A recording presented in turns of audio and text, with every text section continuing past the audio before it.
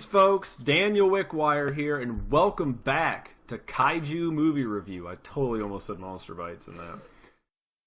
Today, I am joined by my lovely wife, Angela, and as always, my loyal co-host, Mr. Zach. Nobody gonna say anything? No, I honestly, I'm thinking about this movie. All I can think of is I want a powerful pipe. That's a powerful pipe. In a fake element that it's made out of. Ugh, I'm just gonna talk for you guys this entire video. Okay, bye. See you later! It's a one-man show now. Dan's kicking us off. We're going old school, man. You gonna do 3 sets of, I'll do 3 different voices. And I will make it work. You gonna have a high-pitched voice, too? I could make it. I could just hit myself really hard. You can just do some little Karibo Yu-Gi-Oh! Abridged voices. There you go. It's the power of friendship! I love you, Yugi! Anyway. So, before we do news, because this is really relevant, even though we're over by 8 days, this is actually our 9-year anniversary video. It's the 1 year of the podcast format, though, which is... It's actually a little over, because we started in September. But it was 2016. slightly delayed because of a couple weeks where there was other stuff going on. We weren't able to record, but yep. It's still roughly... I mean, it's still 26 episodes, so it's been a year. Yeah, oh yeah, it is. It has. And I actually started this whole program on a whim a long time ago when I lived in an entirely different state with my wife, and I don't recall 2009. Yeah, our Victor would have been less than a year old. No, he would have been a year old because I started this in October 3rd, 2009. I started with a little movie called Yongari, Monster from the Deep, and when I first recorded that video, I didn't know what I was doing. Less than I even know what I'm doing now, which doesn't seem like I know what I'm doing. And the video, I remember releasing it on thatguywiththeglasses.com when people used to submit to the forums long ago. Oh, yeah, I remember. You know, long ago. And I screwed up in the converting the video from the DVD back when YouTube wasn't so stringent and you could use video to some extent. They wouldn't instantaneously flag you. And I actually screwed up and there was no audio for any of the clips. My audio with voiceover was there, but the actual video had no audio to it whatsoever. Now you're getting flagged. I'm getting flagged for breathing and thinking about a kaiju or popular show. Well, apparently you were ahead of your time because nowadays, if you didn't have the audio track on there, I think you're actually a little safer. Yeah. Oh, I know. See, I was thinking like years and years ahead, but I just didn't realize it. It was just entirely a mistake. It's funny. I'm actually surprised we're not talking about Yongari, just given that the anniversary thing. Not this year. That's next year. That's 10 years. That'll be the 10th anniversary. That'll be the 10th year. We'll redo it. There's your spoiler for podcast episode 52. There you go. 10 years from now. Next year will be 10 years from where we started. Not 10 years from now. We ain't waiting that long. We'll redo it. And that's our goal. That's what we're going to strive for. But I want to say thank you everybody for sticking around. Not everybody, but those of you that have and people who came in the middle and anybody, even if you showed up last week or yesterday. We do appreciate you guys tuning in, and hopefully you guys enjoy Or if you're watching this in the future and you just happen across this episode. Exactly. That's we appreciate it, and it's even though we've had our inconsistent moments with you never know what life's going to do for you and so on and so forth. I apologize for those, but we're here, we're in the now, and we've been doing this for a year, and we're going to keep going for as long as we can. So thank you for sticking with us, and for our 9th year anniversary, we're going to be reviewing a very important movie, but we'll get to that in a minute. But this time, can't forget that because that's a tradition. Zach and Angela will not go on a cruise and leave me on an island by myself to be repeatedly struck by lightning to be turned into some damn magnetic force. MechaGodzilla, welcome to die. I am the master of magnets. Welcome to die. That's like all I could think of when I was watching that scene. Yeah, oh, I know. I love that. I thought it was something different, but I just thought of like Godzilla just standing out there getting struck by lightning, and you really think, why does this not happen more? He's very big. You would assume he'd get struck by lightning a lot. I can only think of 3 movies where he's been struck by lightning. This one, Hedera, and I can't think of the third one. So this is the only time he uses his super magnetic powers, right? Yeah, this would be the only occurrence of super magnetic powers. But before we actually start talking about this amazing movie, let's go ahead and do news. Zach, why don't you go ahead and go first?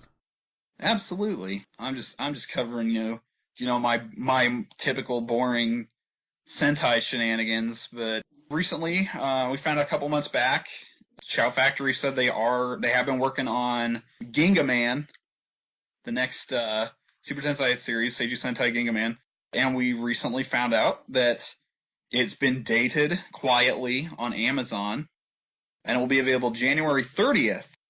And, I mean, I might be reading into this too much, but to me, this is a big deal, because Mega Ranger comes out on Halloween. So in 2 weeks... That's a good time for it to come out. 2 weeks, Mega Ranger's dropping.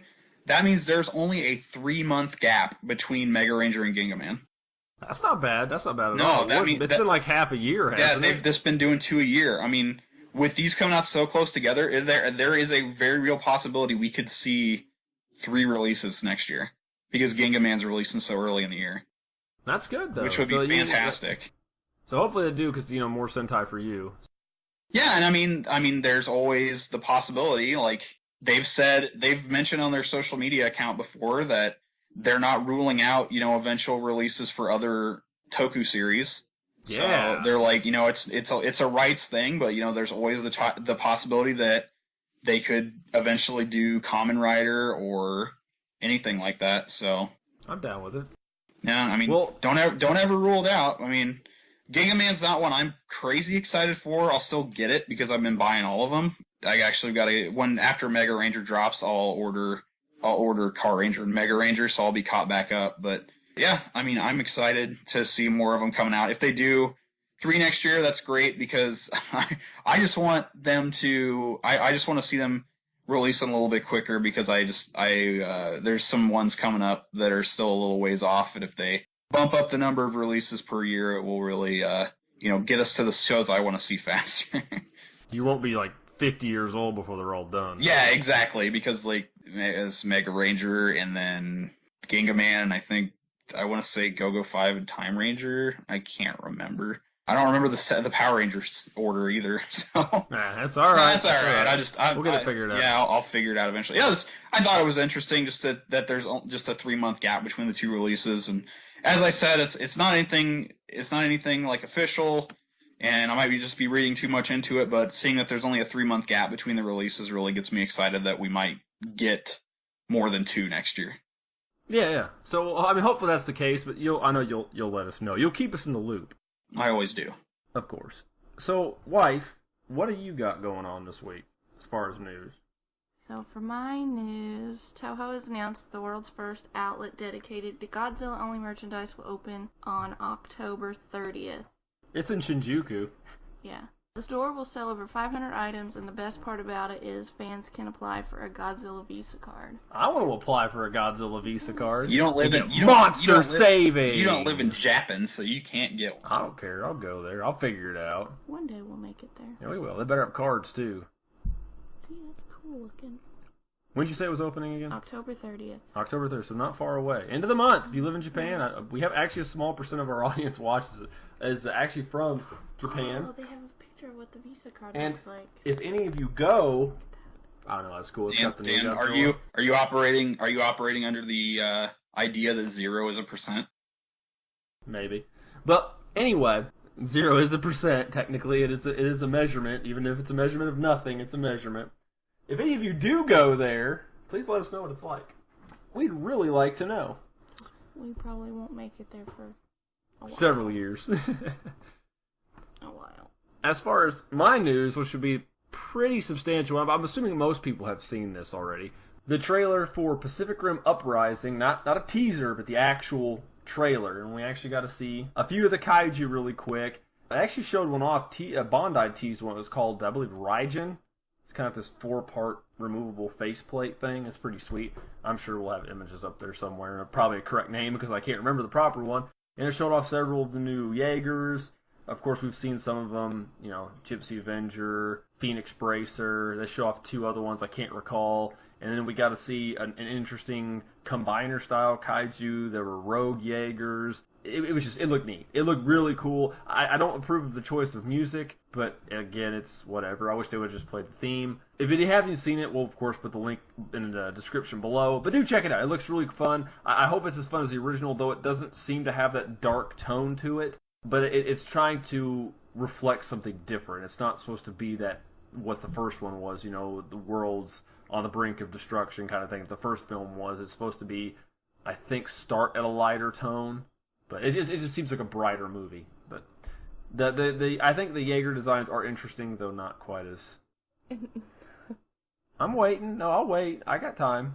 It may feel like it's a lighter tone because it takes place more during the day, but not like that. But anyway, I'm just.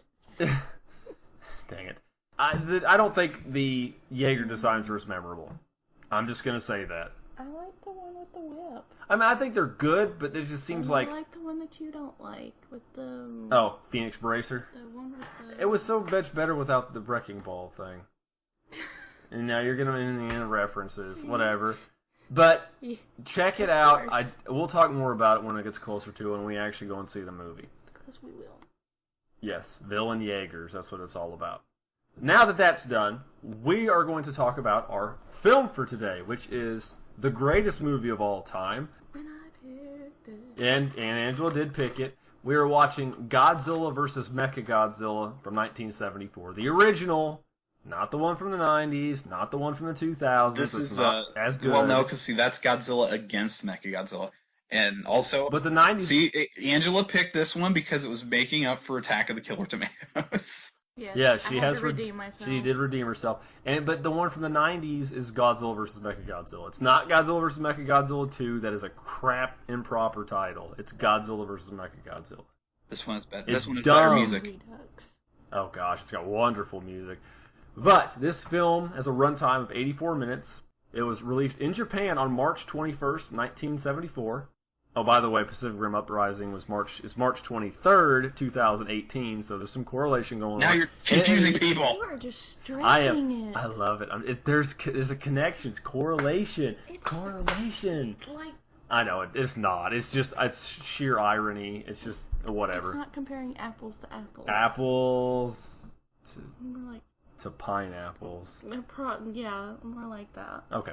Anyway, it was released in the United States sometime in early 1977. March is the date I was given, but I've heard some conflicting information.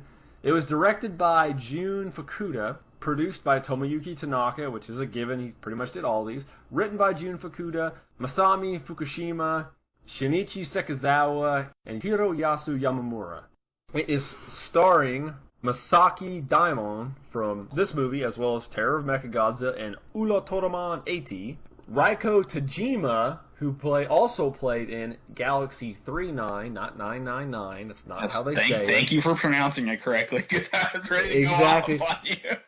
Victor actually said, we were at work and we were looking at Gunpla, and I was like, look, Victor, it's the double Zeta. He's like, no, Dad, that's two Z's. I want to look at the double Zeta. I was like, Victor, it's the double Zeta. Why don't they call it the ZZ? I said, Victor, in Japan, when they have more than one letter, they pronounce it differently. They don't say 999, or there's a car, Nissan Bluebird, I think it's SSS.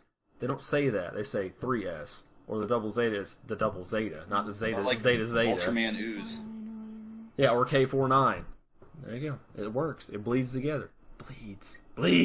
Oh, and unfortunately, Reiko Tajima actually had the misfortune, even though she was uncredited, and I don't blame her for this, of doing a voice in Super Monster Gamera, and she was also a character, I forget the name, in Great Teacher Onizuka.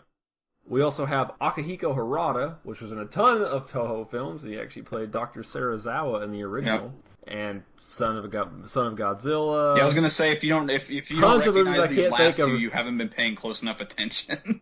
No. And lastly, there's other ones in here, but Hiroshi Koizuma, also tons of Godzilla movies. He was in the original Mothra. He was in the newest Godzilla Mothra, MechaGodzilla Tokyo SOS. Oh gosh, he was in so many Godzilla movies I can't remember. I believe he was in Matango. He was in... So basically, if I just put a bunch of... Yeah, you just put a bunch of pictures. Godzilla Raids Again, just tons of stuff. Actually, another character I want to mention I left out. He plays the Interpol agent Nabara.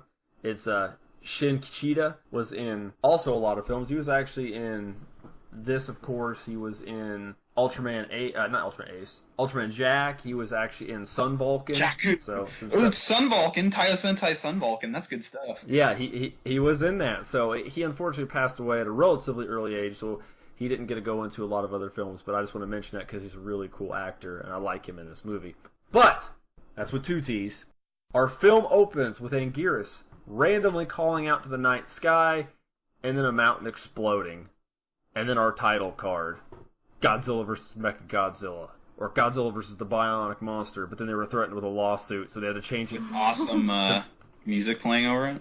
Exactly. Then they had to change the name to Godzilla vs. the Cosmic Monster in the U.S. for early billing. Because they did almost get sued because it was too close to $6 Million Man and the Bionic Woman. So that actually caused a lawsuit issue. We then cut to Kisuke Shimizu and his brother Masahiko watching the Azumi Princess Nami perform, I'm assuming, some kind of ritual, dance, cultural thing. I'm not familiar with the Azumi people very much. All I know is they're from northern Japan, which is the Okinawan they're the region. native people of the Okinawan region. Yeah, exactly. That's all I know. Well, she has a vision of a giant monster attacking Japan. It's King Ghidorah for some reason. I guess they didn't want to spoil it that it's MechaGodzilla. Those teases. I know, they're like, we got stock footage, MechaGodzilla. That's the way to go. There's plenty more to come, too.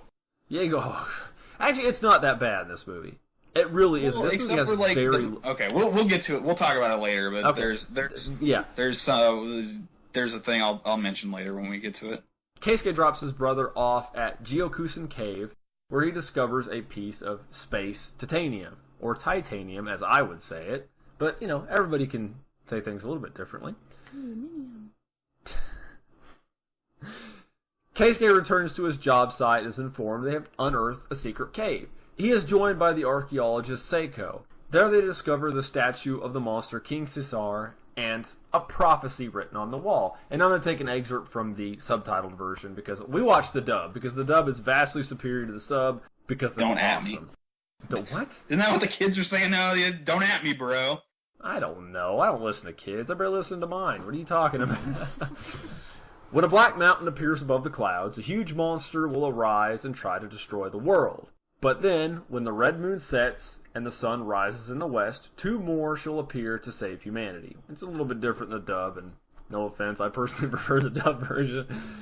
Well, they had to, they only have so many syllables they can play with, so you gotta make adjustments. Squeeze it in. They squeeze. I like how it just it's literally an abridged version of that, but it's the same effect. During a flight to see Professor Wagura about the statue, Keisuke and Seiko meet up with a freelance reporter who wants to write a story on the stone figure. They also see a cloud that looks suspiciously like a black mountain. Then a goofy-sounding Godzilla shows up on Mount Fuji. That's important. One night at the Wagura residence, a robber breaks in, attempting to steal the Caesar statue. I want the statue! After a quick scuffle and lots of shaky cam, he retreats empty-handed. Stock footage continues to rampage through the country now. It's not stock footage! No, I'm just teasing. I'll defend this movie with my life! Godzilla continues to rampage through the countryside, during which he stumbles upon Anguirus. Literally. Yeah, quite literally. Thank you, Gene.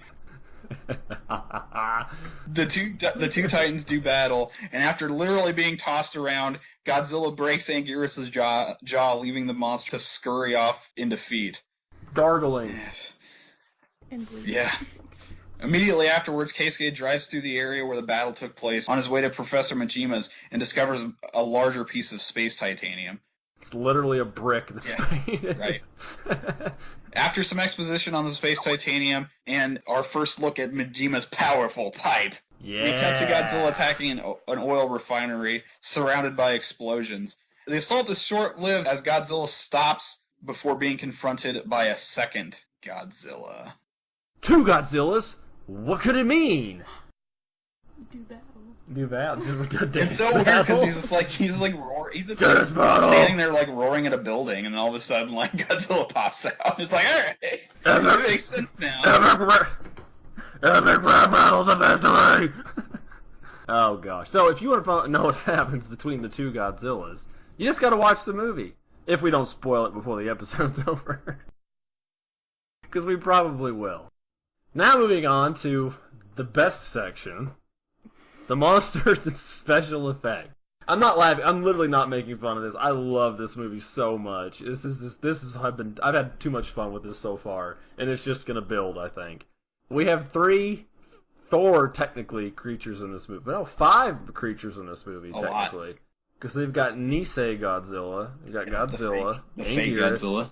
MechaGodzilla. Yes, thank you for that explanation. We should put a subtitle. No, I'm just translating. Footnotes. No, I appreciate it. And then we have King Caesar, or Shisa, as it actually is.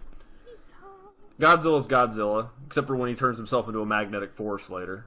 More on that maybe later in this video. King Caesar? I bridged them. King Caesar is a dog-lion thing. No, what was it? A dog-lion thing. Bat Dragon Lion. Bat Dragon Lion, as my wife is quoted, with Dorito ears, as my wife is also dubbed. Dorito chips. Thank you, Cat. His ears just go up. I said he looked I'm like a dog! He had tortilla chips for ears. He does. And, of course, MechaGodzilla is... Then we get that just ever so over. brief glimpse of King Ghidorah at the beginning. Oh, yes, that's true. We do have stock there. That's our major stock footage, King Ghidorah. And then the flames placed in the foreground. It's intensity! MechaGodzilla is literally what his title explains him to be. He is a robotic version of Godzilla. He's a cyborg! A cyborg? Chief, his head controls are out of order! A cyborg? Yes. I love Keisuke's brother in the dub. Oh, gosh. He's got everything from finger missiles to a chest beam to laser eyes, and when he's fake Godzilla, he's got a ray that he never uses later in the movie. He's got a shield. He's got knee missiles he only uses in one scene in the film. It's got everything. It's also interestingly worth noting for the small amount of time it actually appears, but the fake Godzilla is actually its own suit. It is. It's actually that is very true. During the scenes when it's just Godzilla, or it's just fake Godzilla, or he's fighting Anguirus, it's actually the suit Godzilla uses later in the film. Yep. When they both show up, it's a slightly modified version with a different head. Which is only appears in the one scene, and like I said, it's like its own suit. Yeah, and I believe that was just to make it easier for younger folks and people to differentiate the two. Because I can imagine that would get confusing if you didn't have really good camera work with it. I did like how they kind of went out of their way before they revealed that he was not the real Godzilla. They kind of went out of their way to have him do different mannerisms. Yes, to kind of hint at the fact that it wasn't the real MechaGodzilla, or it wasn't the real Godzilla, excuse me, but rather that it was an imposter. Yeah, like, the sounds when he walks, and then the way he roars, and his ray being a different color. His mannerisms, like when he, like when he's fighting Anguirus and stuff, like he doesn't act like the normal Godzilla does. And for someone who's never seen the movie, I mean, this is my second or third time seeing it, but the first time I saw it, I actually did point that out to you. I'm like, why does he look different? Yeah, he did. That's true. And if you're not a bigger fan of it, you might not pay much attention to it. But usually it's the roar that gets people. The roar gets people first. Like, well, that doesn't sound right. And the way that actually the movie's built, this movie's actually a lot different than other Godzilla films, but we'll get into that later. But they actually took their time. They actually put some real effort into it. There are some interesting things done to show, and they actually did some things to showcase this Godzilla. You remember when he blows up that random hotel out in the middle of nowhere before he fights Anguirus? Like that. That didn't have to happen. It didn't have to be in the movie. But it almost felt like it was there for a reason. It wasn't just to fill time. Yeah, it was to show you this guy's Godzilla's acting kind of weird today. He's acting pretty peculiar. Yeah, and I would like to say this is not a Haru Nakajima role. I don't remember who plays the suit Godzilla in the suit in this film. I cannot recall, but it was not Haru. His last movie was Godzilla vs. Gigan, or his last official Godzilla portrayal was Godzilla vs. Gigan. But this was actually the first movie where the suit actor was credited as playing Godzilla. That I didn't know, supposedly. But the special effects for this film were there's actually not a lot of stock footage, which we got a lot of in Gigan, and actually just later Godzilla films, even late 60s, early 70s, there was a lot of footage reused. We didn't get a whole lot of that. Another thing they started doing this is the film was shot much darker, and all in all, the darker, like visually, darker and tone, and they go overboard in the next movie. When we get around to covering Terror of MechaGodzilla, you'll know what I'm talking about. It's like, oh, we turned the lights down a little bit in this movie. Let's just almost turn them all the way off for the entire freaking movie. Visually, as well as tonally. But visually, it's a shot as a darker film. Except for when they're on the boat, which is clearly the middle of the day, even though they say it's at night.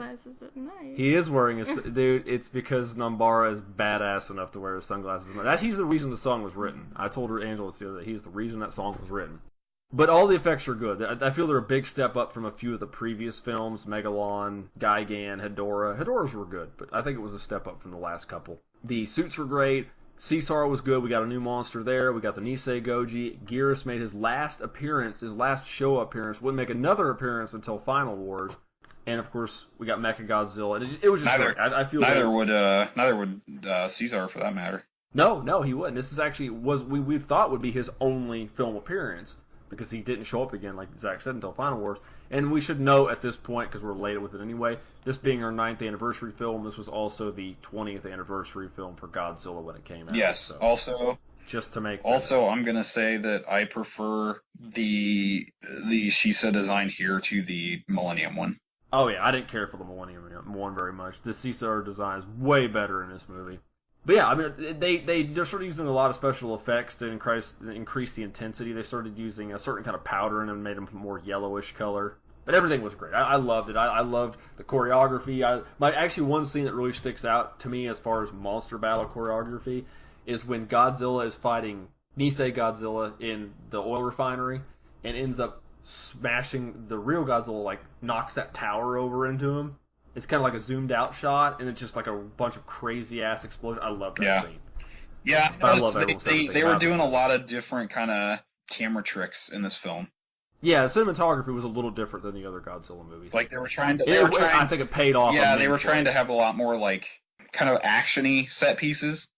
So they were moving the camera around in more of a style that you'd see in like an action movie. Like I mentioned the shaky camera earlier. That's kind of what they did in some of the battles, too. They made it more, like, almost like an over-the-shoulder perspective. Like, you're actually in it. Yeah. Less like, oh, we're on a set and filming these monsters battle. And stereotypically how most of the Godzilla movies. Not that that's a bad thing, but they just tried something different. What about film pricing and availability? What did you manage to come up with on this one, Zach?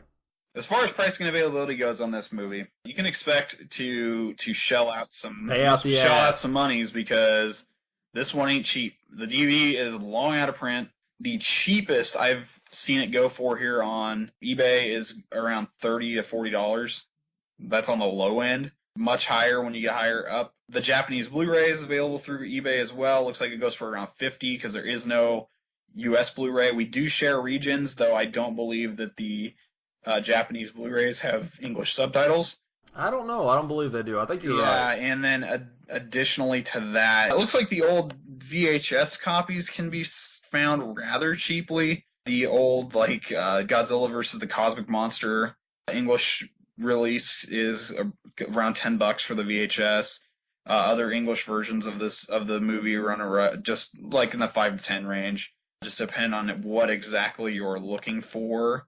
A Japanese Laserdisc, because I know Dan. Yeah. I know Dan loves these. You can. It looks like they're actually fairly affordable, like $10 to $20 for a Japanese Laserdisc. Yeah, that's not bad at all. We'll have to get the cover art for that one because I'm sure it looks awesome. Does it look awesome? Tell me it looks awesome. It's just Godzilla and MechaGodzilla having kind of a showdown.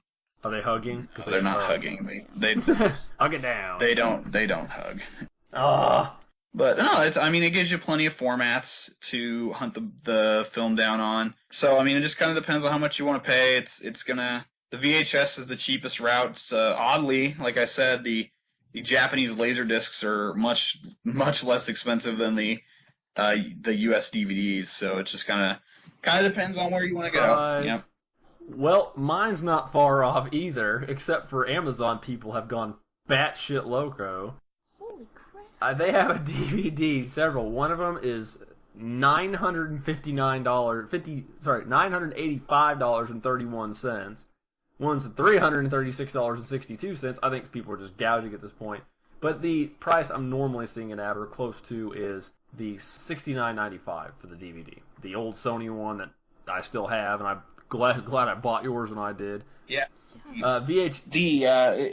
Surprisingly too, like for it being a little bit older DVD, like the transfer is really good on it. Oh, it is. It looks beautiful. The movie still looks great. The VHS side, I've got just the old box set collection. I can't think of the company that released them. They're $14.99. The old gold border Godzilla vs. MechaGodzilla, which is, I believe, the VHS you managed to get, Zach, is $188, $1.88. The old Godzilla vs. the Cosmic Monster, I think I still got the VHS. I think it was screwed up. There's no audio track to it. I still got the VHS somewhere. I'm hoping it's no Godzilla vs. Cosmic Monster. There's a really old VHS. Godzilla vs. Cosmic Monster for $75.99. I think the person's gone a little crazy with it, but I don't know. But anyway, that's what it looks like. I don't have any laser discs on my end, so they're out there. But Sony needs to re-release it. I don't even care if they re-release the DVD at this point. They just need to do it. It needs a Blu-ray release, but I'm not holding my breath. Yeah. Hopefully, when the Godzilla King of the Monsters 2019 comes out, they'll do another big push of re-release films. But that's all we can I'd even for. Be okay with them doing just a pressing a new DVD with like the Japanese HD transfer on it. Yeah, oh yeah, that'd be great. That'd be awesome. I'd be fine with that. I'm digging that. Just a really good quality DVD. I'd buy it again just to have. I mean, I've got mine, but if something happens to it, I'm screwed. So, and they don't re-stream this anywhere. I've yet to see. I'm sure somebody does, but I've yet to see a digital version of this online officially. A lot of these ones that Sony did back in the late 2000s. Yeah, it's mostly just the modern, the Millennium's films. Yeah, it's like 90s. Yeah, 90s up, and even a few of those aren't even. And the late Heisei films. Yeah, oh yeah, of course. Those are those things are everywhere. The Heisei films are that's like the easiest thing to find. So, with everything being said at this point, what we all talked about, dear wife, princess. Brown noser. I know, I always do that.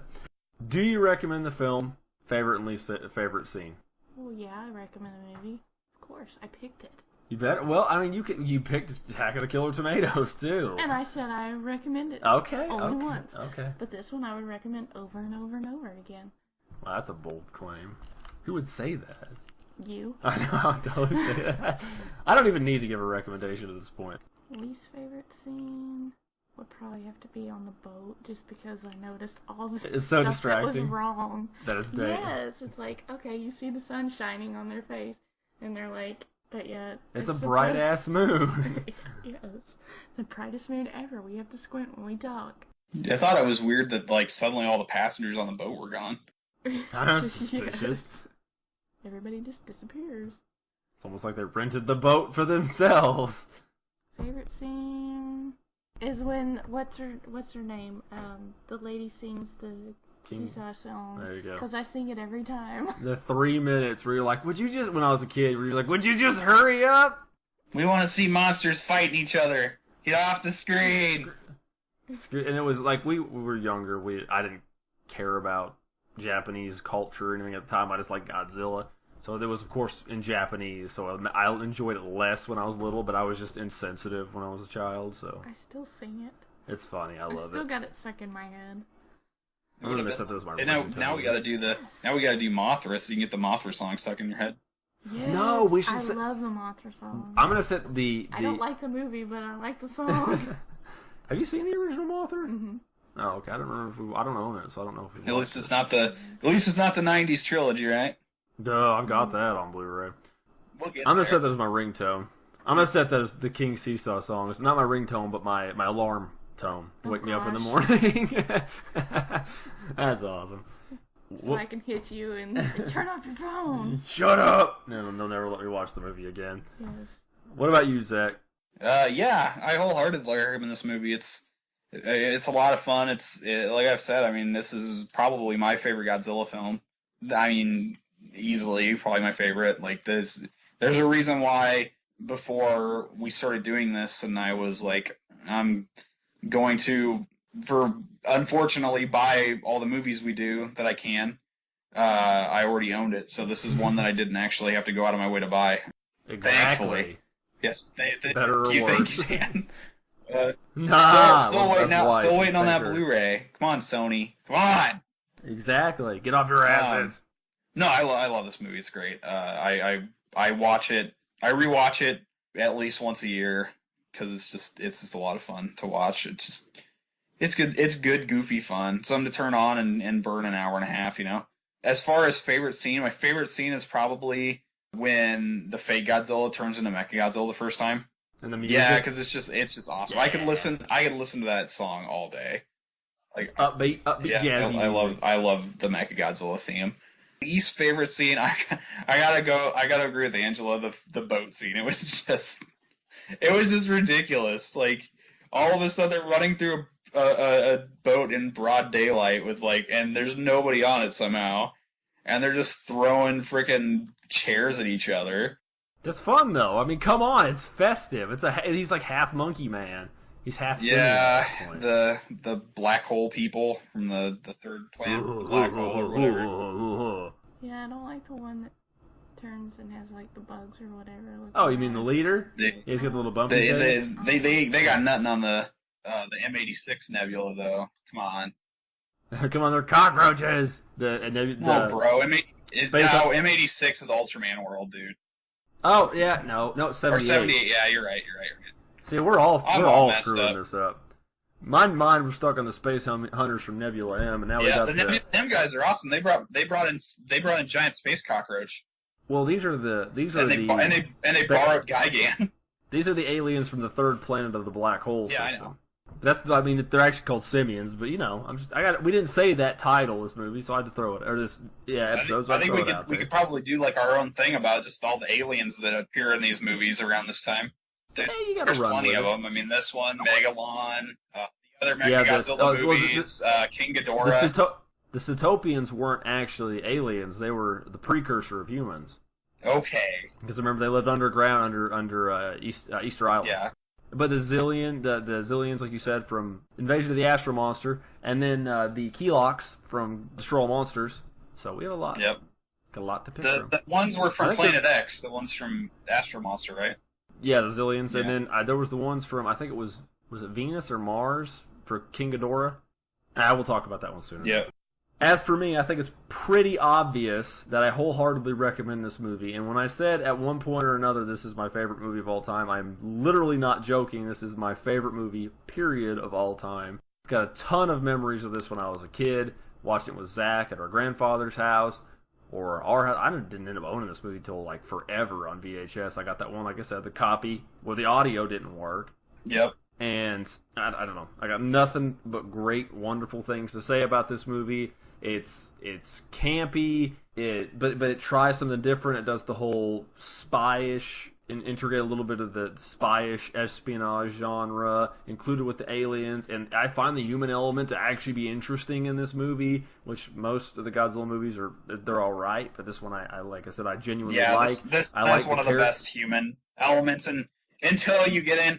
As much as I know you're not a big fan of the more modern ones, I think they didn't really get the human element down until the Millennium films. Well, the 90s movies were a lot better. They started getting a cohesive story, but I think, like you said, the Millennium probably had the better character-driven movies, if you will. But they just don't. The only thing is those movies, as cool as the newer ones are, and as fun as they are to watch, for me, they just don't have the appeal of the older films. The only newer Godzilla movie that I seem to enjoy watching is Shin Godzilla. Final Wars. Not Final Wars. We're not talking about Final Wars. We'll do it soon enough. At some point. Yeah. Hey, I got 3 movies to pick. Yes, you do have 3 movies to pick. Let's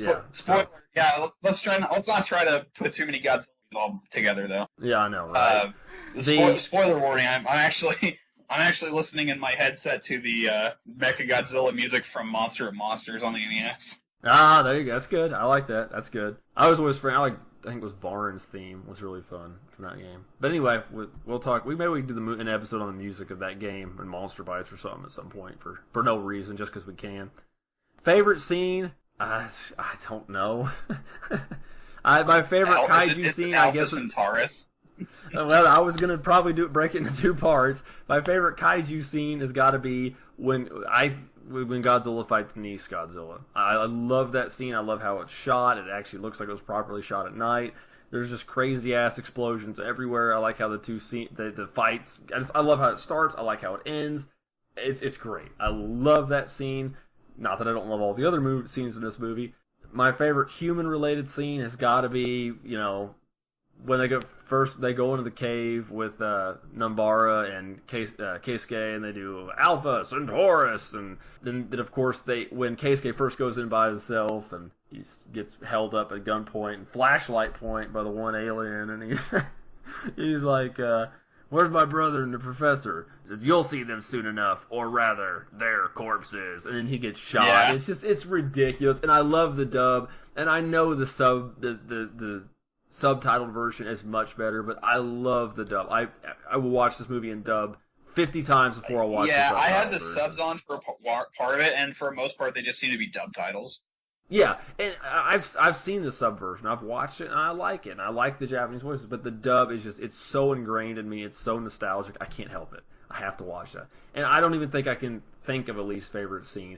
If I have a scene that I probably didn't like more than any other one, but I love them all, like I said, I don't know, the boat scene? Like, everybody picks the boat scene, but I like the boat scene, because when I was a kid, when the simian disappears and Keisuke's trying to find him, and he jumps out, that scared the living crap out of me, and I hated that scene when I was little, and I used to fast forward past it because I didn't like it. Well, because the investigative reporter helped him out. They reference that later in the movie. Exactly.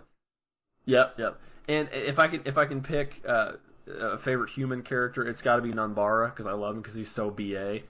He just always wears his sunglasses at night, and he's just so awesome. He's always like the one-line quippy things. And I love Keisuke's brother. Whoever dubbed him is just absolute gold.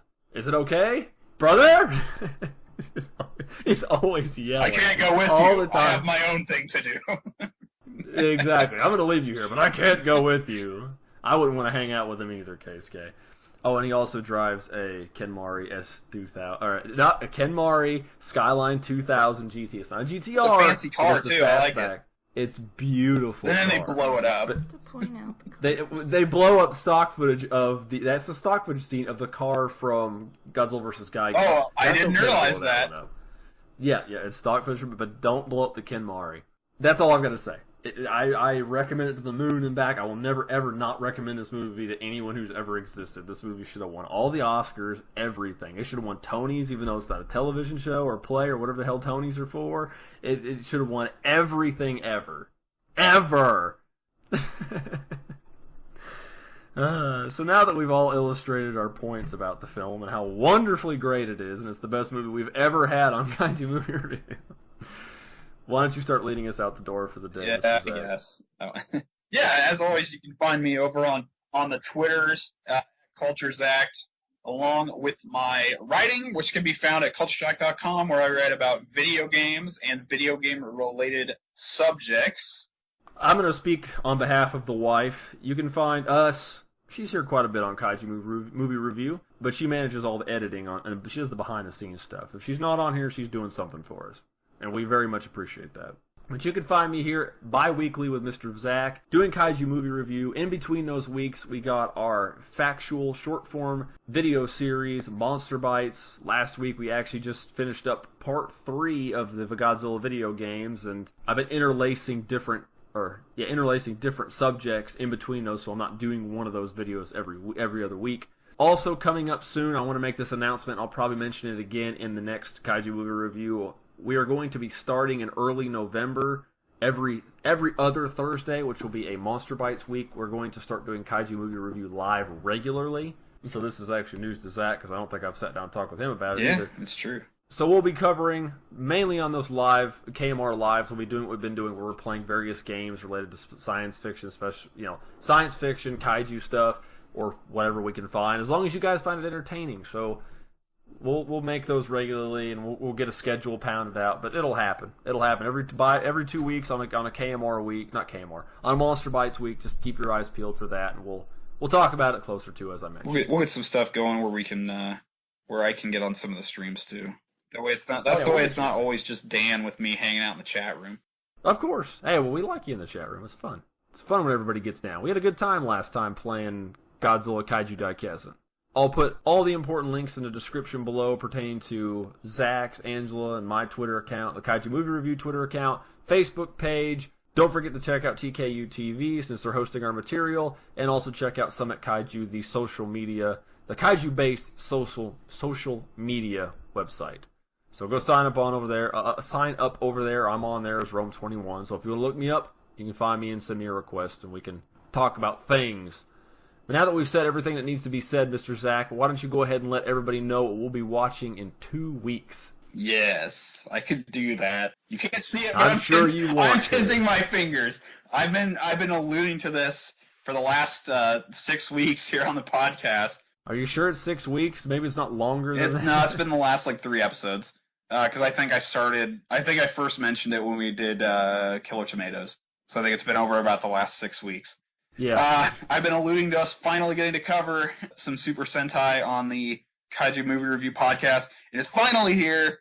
So on the next episode, we will be jumping to the far-off futuristic year of 2000. I know, right? When we will be joining the Mirai Sentai Time Ranger in their team-up film with QQ Sentai Go-Go 5. We'll be looking at Mirai Sentai Time Ranger versus Go-Go 5 in our next episode, and I'm excited.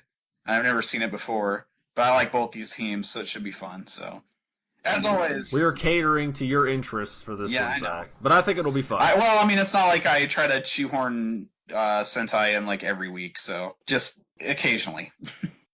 I understand. Oh, by the way, I'm gonna throw this in here in about 38 minutes into this recording. Angela's birthday. It'll be Angela's birthday. There you go.